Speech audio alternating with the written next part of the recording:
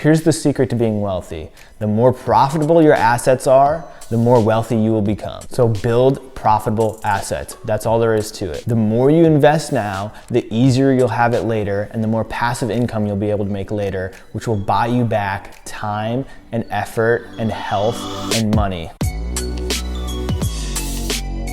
Let's talk about the 3 places where you should be storing money. Number 1 is going to be an emergency fund. This is also going to be the most important step and the first step if you haven't done any of these 3 things yet with your money. An emergency fund should be 6 months of expenses stored away in a place that's easily accessible for you in case of emergency. Some people call this a rainy day fund. So 6 months of expenses should include rent, utilities, gas, car insurance, anything that you need to spend every single month. So if that equals, for example, $4,000 a month that you spend, you multiply that by 6 months and you need an emergency fund of $24,000. Just like the name says, this place to store your money is for an emergency. So it's for things that you can't predict in the foreseeable future. But if they happen, you're prepared for them, such as a big medical emergency, or you losing your job tomorrow, or your car breaks down out of nowhere and you need to buy a cheap $5,000 car in order to get to and from work. With the people that I coach, I usually see a very thin or low emergency fund. As human beings,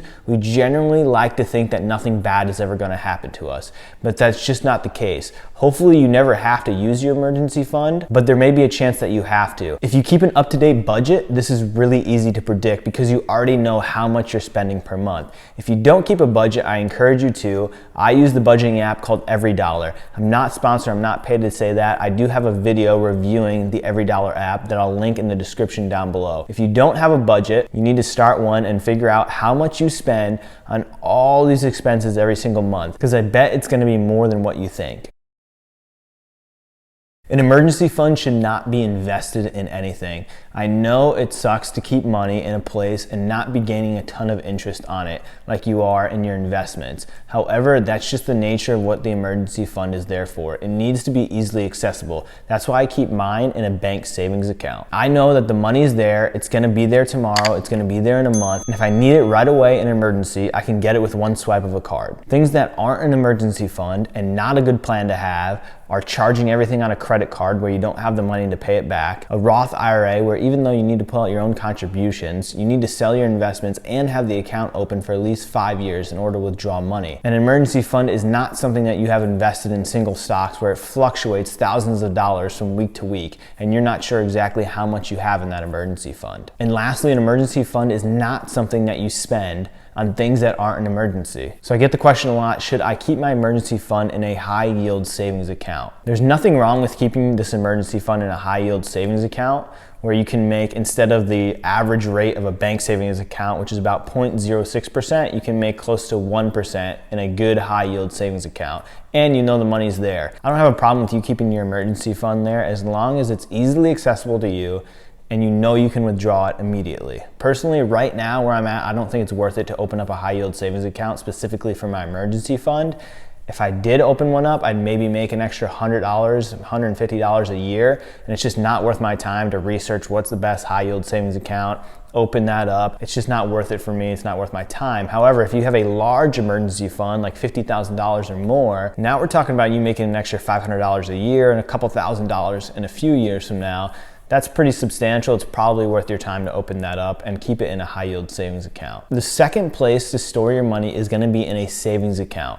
This is different than your emergency fund. A savings account is going to be for large purchases that you can't pay for directly out of your paycheck, but you know they're going to happen in the foreseeable future, such as buying a car, putting a down payment on a house, moving expenses, an expensive vacation, a house renovation, large expenses that you just can't pay for in your day-to-day paychecks. A lot of money problems stem from people buying things that they cannot afford. They put it on a credit card and they can't pay it back, or now they have a massive interest rate that they have to pay back in credit card debt. I believe 90% of America's problems would go away if people bought things that they can afford. And if they couldn't afford it, they just didn't buy it. The more consumer debt that you take out, whether it be credit card debt or you have your couch finance finance, your refrigerator finance, the more someone else is making passive income off of you by the interest you're paying on that loan. I want you to be the one that's making passive income off investments that are earning interest. This is what separates the wealthy from other people, is they know how to use their money to make money. You have to put yourself on the other side of the equation, and that starts with little things like consumer debt. A savings account is how you mitigate that. Save up for things and then buy them when you have the money to buy it. Where should you be keeping your savings account?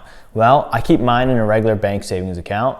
You can keep yours in a bank savings account. You can again do the high yield savings account if you want to make around 1% more. If you're saving up for maybe a house down payment and it's a large amount of money, $30,000, $40,000, and it's going to be in there for 2-3 years, a high yield savings account would be good. I generally stick to a rule of thumb that if you are saving for something that's going to take you more than 4 years to save for, it's probably beneficial for you to keep that money in a brokerage account and invest it. So if it's less than 4 years, like it's a vacation next year, that's not something I want to invest because the stock market could drop 30% and now I can't go on that vacation, or now I have to sell that stock at the worst possible time. But the stock market usually corrects itself in less than a year. Worst case scenario, probably 3 to 3.5 years. Like the 2008 recession, the stock market recovered in 3.5 years. So anything that you're saving for over that time period, around 4 years, statistically, based on historical data, you shouldn't lose your money if it's invested. Best case scenario, the stock market continues to go up 10% a year, or 8% a year, or 12% a year, and you make some extra money on that savings account. A simple low cost index fund, like an S&P 500 index fund, where there's no transaction fee to invest in it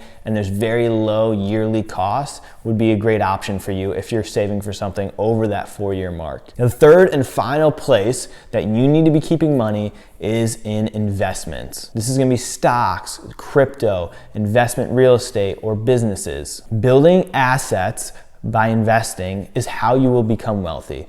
Here's the secret to being wealthy. The more profitable your assets are, the more wealthy you will become. So build profitable assets. That's all there is to it. The more you invest now, the easier you'll have it later, and the more passive income you'll be able to make later, which will buy you back time and effort and health and money to be able to do the things that you want to do. That happens through investments. The emergency fund shelters us from emergencies. The savings fund keeps us out of dumb debt. And our investments are what gives us the freedom and the time to do whatever we want to do.